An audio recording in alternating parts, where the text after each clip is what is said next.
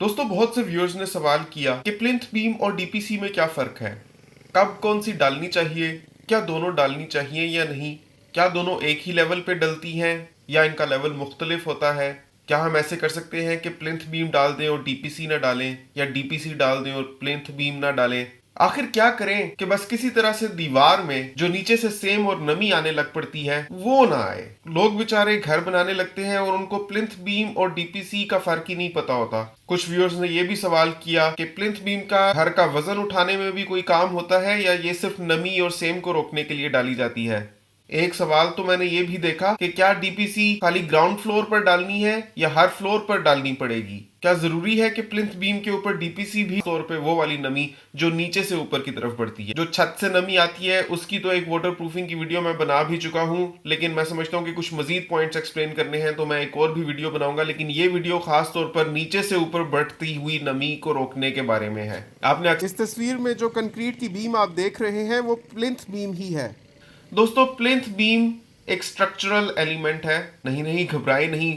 Structural element दो अंग्रेजी लफ्ज बोल दिया, आपको समझ नहीं आई होगी शायद। प्लिंथ बीम एक ऐसी बीम होती है जो घर का वजन उठा रही होती है। प्लिंथ बीम घर के दो हिस्सों को जुदा करती है, एक ऊपरी हिस्सा जिसको आप देखते हैं और एक निचला हिस्सा जो जमीन के अंदर होता है। सिविल इंजीनियरिंग टर्म्स में उसको सबस्ट्रक्चर कहते हैं और ऊपरी हिस्सा जिसको आप देख रहे होते हैं उसको सुपर स्ट्रक्चर कहते हैं। इस तस्वीर में जो आप देख रहे हैं बुनियादें वो सब स्ट्रक्चर कहलाती हैं। सुपर स्ट्रक्चर जाहिर है कि अभी बनेगा। प्लिंथ बीम उन दोनों के दरमियान फर्क पैदा करती है। तो प्लिंथ बीम को ग्राउंड लेवल पर डाला जाता है। अब आपको पता है जब बुनियादें बनती हैं उसके बाद जब फ्लोर डालते हैं तो फ्लोर डालने से पहले घर के अंदर मिट्टी की भराई होती है। भराई होकर कॉम्पैक्शन होनी चाहिए। कुछ लोग करते हैं, कुछ नहीं करते, लेकिन लाजमी होनी चाहिए। बहरहाल मिट्टी की भराई होती है, उसके ऊपर पत्थर डलता है, उसके ऊपर फ्लोर टाइल्स लगती हैं। तो अगर मिट्टी की भराई करने के बाद उसका लेवल प्लिंथ बीम से ऊपर तक आ गया हो, उस सूरत में आपको प्लिंथ बीम के ऊपर डीपीसी भी डालनी पड़ेगी।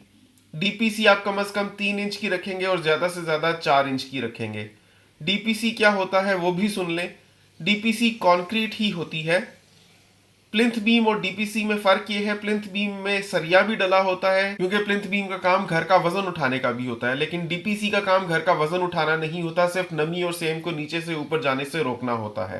तो डीपीसी 1:2:4 यानी कि 1:2:4 की कंक्रीट होती है, जिसमें 1 सीमेंट होता है, 2 रेत होती है और 4 बजरी होती है। तो 1:2:4 की खालिस कंक्रीट होती है, उसकी 3 इंच की लेयर बिछाते हैं। अगर घर के अंदर फ्लोर डालने से पहले जो मिट्टी की भराई की है उसका लेवल प्लिंथ बीम से ऊपर आ गया है, क्योंकि होगा क्या, जैसा कि आप इस वीडियो में भी देख सकते हैं, प्लिंथ बीम के ऊपर से चुनाई शुरू हो जाती है। कहीं से भी अगर चुनाई के साथ मिट्टी टकरा रही है तो मिट्टी के अंदर जो भी पानी भरेगा, क्योंकि जाहिर है बारिशें होंगी, आप क्यारी में भी पानी लगाएंगे, तो जमीन के नीचे से जब पानी की सतह कैपिलरी एक्शन के थ्रू ऊपर आएगी तो वो मिट्टी से चुनाई में जाने की कोशिश करेगी। तो क्योंकि आपने प्लिंथ बीम के ऊपर चुनाई की हुई होगी तो नीचे से वो पानी पकड़ेगी और ऊपर पानी जाना शुरू हो जाएगा, जिससे नमी और सेम आ जाएगी। तो बात यह है कि घर के अंदर मिट्टी की भराई अगर प्लिंथ बीम से ऊपर तक आ गई हुई है, उस सूरत में आपको डीपीसी भी डालनी पड़ेगी। डीपीसी हमेशा मिट्टी की भराई से ऊपर तक करते हैं, यानी कि फर्ज करें कि प्लिंथ बीम के 2 इंच ऊपर तक मिट्टी की भराई हुई घर के अंदर, तो आप पहले ईंटों के 2 रद्दे लगा दें, उसके ऊपर आप डीपीसी डालें।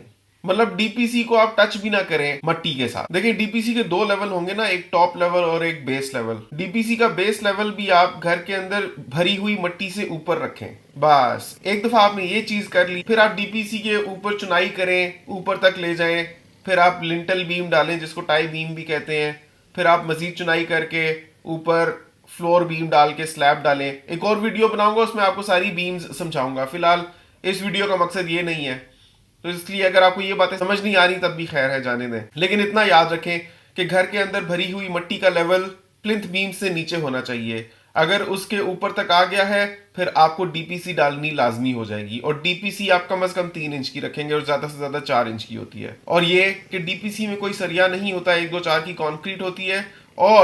और भी अच्छा हो जाएगा अगर आप डीपीसी डालने के बाद उसके ऊपर भी वाटर प्रूफिंग केमिकल की एक लेयर कर देंगे। अगर वाटर प्रूफिंग केमिकल आपके पास नहीं है तो आप लुक भी कर सकते हैं डीपीसी के ऊपर।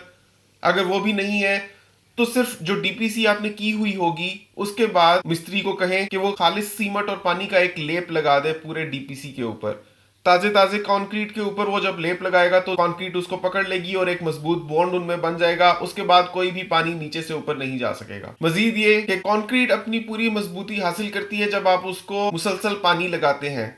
तो कम से कम 9 दिन आपने पानी लगाना है, चाहे प्लिंथ बीम हो चाहे डीपीसी हो, कोई भी कंक्रीट आपके घर में होगा उसको आपने कम से कम 9 दिन पानी लगाते रहना है। एक सूरत होती है जिसमें डीपीसी की जरूरत नहीं होती, वो तब होता है जब घर के अंदर भराई हुई मट्टी का लेवल प्लिंथ बीम के टॉप से नीचे होता है। जाहिर है कि घर के अंदर भरी हुई मट्टी के ऊपर पत्थर डालेंगे, उसके बाद फ्लोर डालेंगे, तो घर के अंदर भरी हुई मट्टी का टॉप लेवल प्लिंथ बीम के टॉप लेवल से कम 2 इंच नीचे रखने की कोशिश करें। और याद रहे कि मट्टी का ये टॉप लेवल कॉम्पैक्शन करने के बाद है, यानी कि लूज मट्टी जब आप भरेंगे तो जाहिर है उसका लेवल तो ऊपर ही होगा। जब आप उसको दबा देंगे, प्रेशर से उसको प्रेस कर देंगे, कॉम्पैक्ट कर देंगे, उसका लेवल नीचे हो जाएगा। तो कॉम्पैक्ट हुई हुई मट्टी का टॉप लेवल प्लिंथ बीम के टॉप लेवल से 2 इंच नीचे रखने की कोशिश करें। उस सूरत में आपको डीपीसी डालने की जरूरत नहीं है, क्योंकि जाहिर है कि प्लिंथ बीम के ऊपर जो चुनाई होगी उसका कोई डायरेक्ट टकराव नहीं हो रहा मट्टी के साथ, बल्कि सेफ्टी के तौर पर 2 इंच नीचे रखा है तो पत्थर बीच में डलेगा, उसके बाद फ्लोर टाइल्स डलेंगी। और सबसे अच्छा ये होगा अगर आपने डीपीसी नहीं डालनी कि कॉम्पैक्ट हुई हुई मट्टी का टॉप लेवल आप प्लिंथ बीम के बेस लेवल तक रखें।